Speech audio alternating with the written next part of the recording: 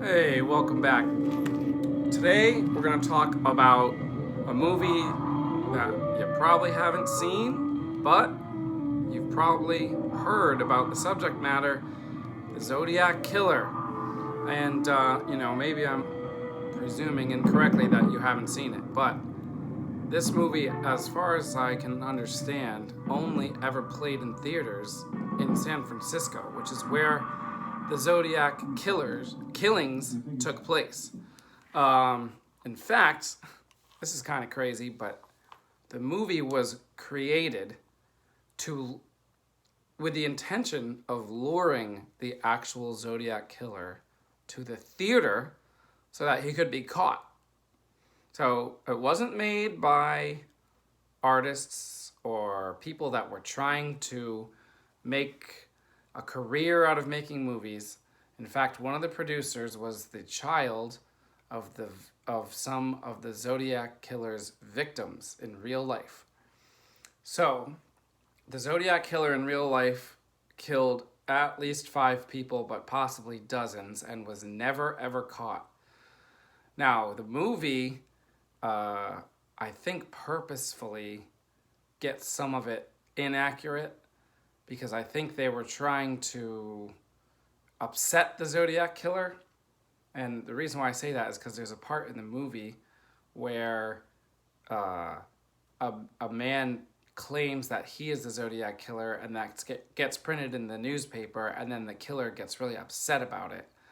So I'm not sure if that was based on a real fact or not. I'm not an expert in the Zodiac killer. But anyway, the movie itself is ultra low budget. It's essentially all amateurs making the movies. At some points, you can tell that the characters either forgot their lines or maybe just like really couldn't pull it off any better than what they did. But I do appreciate movies like this. It's totally regional to San Francisco. It's not a Hollywood movie. And on top of that, from a film art perspective, it's kind of crazy because the body count in this movie is extremely high for the time period.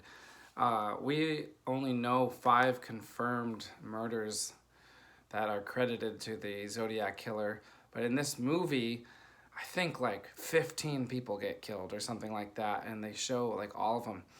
At first, a lot of the people get killed with a gun, which almost didn't. To me, when people are killed with a gun, it seems like an action movie or something crime movie, but not really a horror film.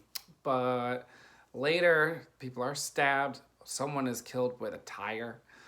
People are run off the road, and it's just all sorts of maniacal killings going on by the killer. Another good art piece is that you don't know which character is the killer for the first half of the movie. So they put this mystery element in there, which makes sense because in real life it is a mystery on who the Zodiac killer really is. So that was good. There were 2 prime suspects, and you're kind of given more evidence that it might be one of them, and then it turns out being the other. So I won't say which one it is. There's also like no filter on this movie. The language they use in this movie, there's some homophobic language that like wouldn't fly in a movie today, in a mainstream movie today. Not to say that that's good, but you can feel how raw it is because they're not concerned with pleasing anyone or making any money off this movie. Apparently, when they showed this movie in San Francisco, a gimmick was they would give everybody a piece of paper, and they asked everyone to write what you thought the Zodiac killer's motives were on the paper, and then they would put the paper in this receptacle, and there was a person hiding in the receptacle, comparing everyone's handwriting to the Zodiac killer's handwriting, and there were cast members and other crew members from the movie waiting in the wings of the theater ready to apprehend the real Zodiac killer because they thought that this movie would draw him to the theater. It didn't happen, but I thought that lore was very interesting. The movie's wild. All sorts of crazy stuff happens. There seems to be very little money going into the movie, so the effects don't look good. Okay, don't go into it thinking they're going to look good. The acting is not really good, but it held my attention, which is an accomplishment right there. So yeah, it's not a typical horror movie. It was made with a very specific intent.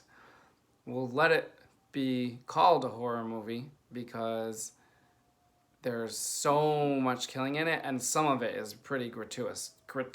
Like the violence, they definitely linger on some of the killings kind of for kind of a long time. It feels like a sleazy exploitation flick, but the fact that it was made for this purpose makes me say that it's actually not an exploitation flick in the typical sense. So that's the Zodiac Killer. The people that made the movie didn't really do much else. The actors didn't do much else. The director didn't do much else.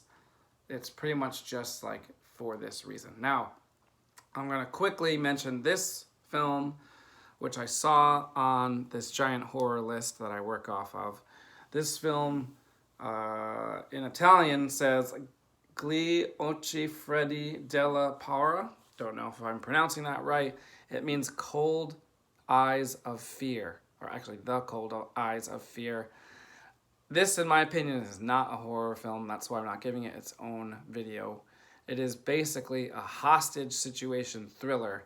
And it started out strong, but almost the entire movie is just in this person's apartment where this guy and a girl he brought back to his apartment are being held hostage by one thief who is later joined by his partner.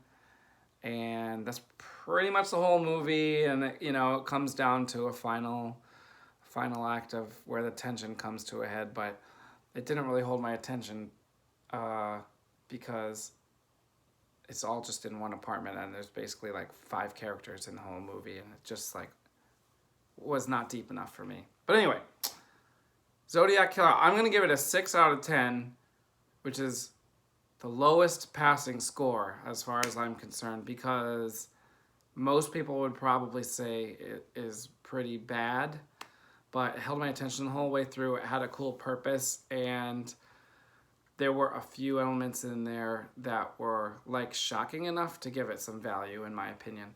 Oh, and the score kind of detracted. It was basically just someone playing the flute throughout a lot of the movie, like even like under the dialogue and stuff.